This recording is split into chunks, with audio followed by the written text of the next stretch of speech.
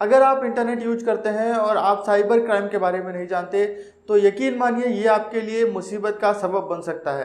आपके एक आपत्तिजनक मैसेज से आपको जेल एवं भारी जुर्माना भुगतना पड़ सकता है। और अगर आप ये सोचते हैं कि आप ऐसा कहकर बच जाएंगे कि आपको इसके बारे में पता नहीं था, तो जनाब ऐसा बिल्कुल नहीं होने वाला है।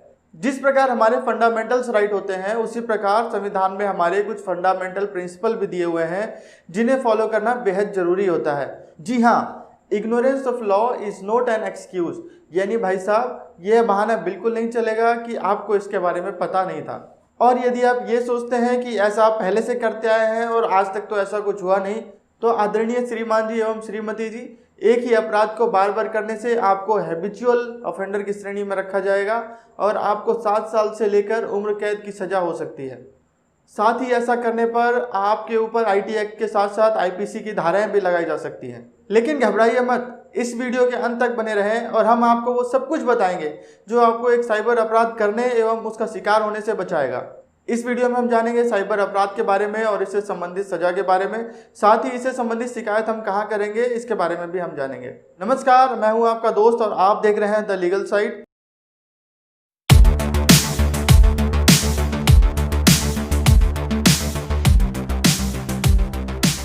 आगे बढ़ने से पहले जिन्होंने इस चैनल को अभी तक सब्सक्राइब नहीं किया है वो पहले इस चैनल को सब्सक्राइब कर दें और साथ ही बेल आइकन भी दबा दें।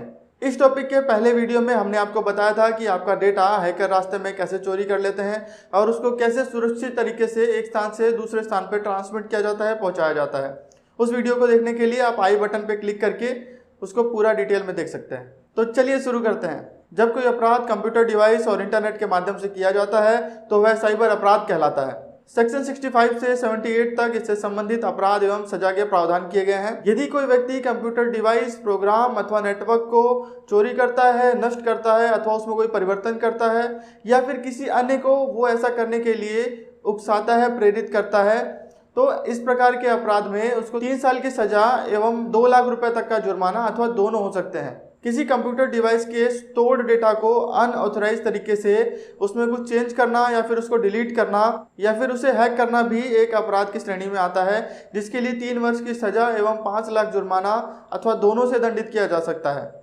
सेक्शन 66A, यदि कोई व्यक्ति कंप्यूटर डिवाइस या फिर कम्युनिकेशन डिवाइस के जरिए आक्रामक एवं प्रतिबंधित संदेश भेजता है जिससे किसी को असुविधा, खतरा, अपमान एवं अन्य किसी प्रकार की क्षति होती है, तो ये भी अपराध की श्रेणी में आता है। लेकिन एक मिनट, ये सेक्शन तो 2015 में सुप्रीम कोर्ट द्वारा असंवैधानिक बताकर निरस्त कर दिया गया था। जी सर, बिल्कुल, यानी ये आर्टिकल 19 के freedom of speech and expression यानी बोलने और अपनी बात रखने की आज़ादी का उल्लंघन करता था। और इस सेक्शन में अपराध को निर्धारित करने के लिए कोई उपयुक्त पैमाना अथवा परिभाषा भी नहीं दी गई थी। कुल मिलाकर कहें तो यह सेक्शन वास्तव में वेग था, यानी बिल्कुल अस्पष्ट था। लेकिन इसको निरस्त करने के बाद सरकार का यह दायित्व था कि इसमें जो भी कमियां थी, जो भी लूप होल्स थे, उसको दूर करके और इसकी परिभाषा को पूर्ण एवं स्पष्ट रूप से लिखकर इसको दोबारा इस कानून में जोड़ा जाता। लेकिन ज़्यादा खुश मत होइए, ऐसा बिल्कुल नहीं है कि आपको सोशल मीडिया पर एवं इंटरनेट के अन्य माध्यमों पर आपको कुछ भी लिखने, कहने या फिर शेयर करने का अधिकार मिल गया है। आईटी एक्ट का सेक्शन 66A बेशक हट गया हो, लेकिन आईपीसी की धाराएं स्पष्ट परिभाषाओं के साथ आज भी उपलब्ध हैं। खैर, आगे चलते हैं। कंप्यूटर तथा अन्य इलेक्ट्रॉनिक गैजेट से चोरी की हुई सूचनाओं को गलत तरीके से हासिल करना भी अपराध की श्रेणी में आता है, जिसके लिए 3 साल की सजा एवं 1 लाख रुपए तक का जुर्माना किया जा सकता है। इंटरनेट पर किसी के पहचान को चोरी करना भी अपराध की श्रेणी में आता है। उदाहरण के लिए किसी के डिजिटल सिग्नेचर का अनऑथराइज उपयोग या फिर किसी के पासवर्ड की चोरी, उसका उपयोग, या फिर आज जैसे आप सुनने में आता है कि काफ़ी सारे लोगों की फेसबुक आईडीज हैक होके उनका क्लोन बनाकर इलीगल तरीके से पैसों की डिमांड की जा रही है। यह भी एक प्रकार से पहचान की चोरी करना है तथा उसका मिसयूज करना है। यह अपराध भी इस सेक्शन के अंदर आएंगे और इसके लिए भी 3 साल तक की सजा एवं 1 लाख का जुर्माना अथवा दोनों से दंडित किया जा सकता है। अपनी आइडेंटिटी छुपाकर किसी के पर्सनल डेटा को एक्सेस करना भी एक अपराध है।